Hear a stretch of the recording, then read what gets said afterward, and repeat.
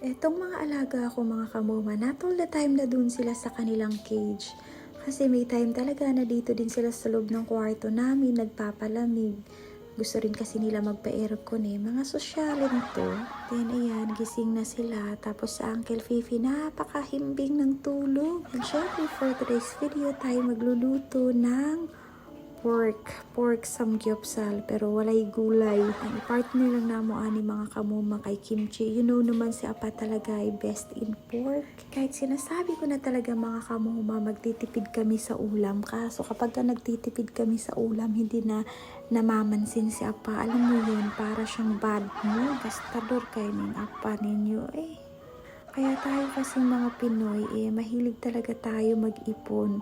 Pero itong mga kakurikong kasi food is life talaga sila mga kamuma. Kaya now, naintindihan nyo na kung bakit wala akong ipon kay best in pork chop man isa pa, best in belly. Ang mahal pa naman ang kilo ng karning baboy. Pero ani sa apay, nakumura dyan siya mamatay pati katilaw o samgyupsal. Pero actually, ito lang din talaga yung kaligayahan niya pa mga kamuma.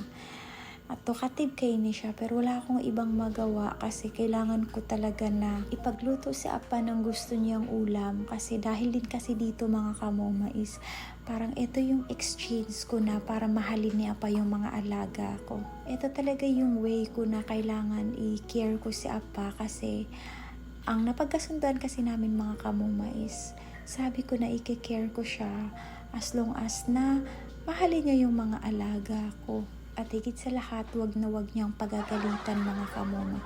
Kaya medyo hilaw pa na pero lutuon pa man nagbalik, lutuon pa na usab ni Apa. Kinakausap ko talaga si Apa mga kamuma na okay lang pag ako magalit, basta wag lang siya. Shout out is kung pag umangkon. Bitaw, ayoko talaga na si Apa magagalit sa mga alaga ko. Di bali na ako yung magsisermon sa kanila kasi iba kasi tayo mga nanay after sermon, then lambing na naman kaagad sa mga alaga natin. The best talaga tong pamangkin ko mga kamuma kasi kumakain ng pipino Ako saka naman ako kumakain ng pipino itong nag-matured na ang moma nyo ba. Gising na pala yung anak ng mayaman mga kamuma, umiinom na siya ng tubig. Dahil nga naawa ako kaya binigyan ko ulit siya ng whiskas kasi nga panay yung meow hingi-hingi.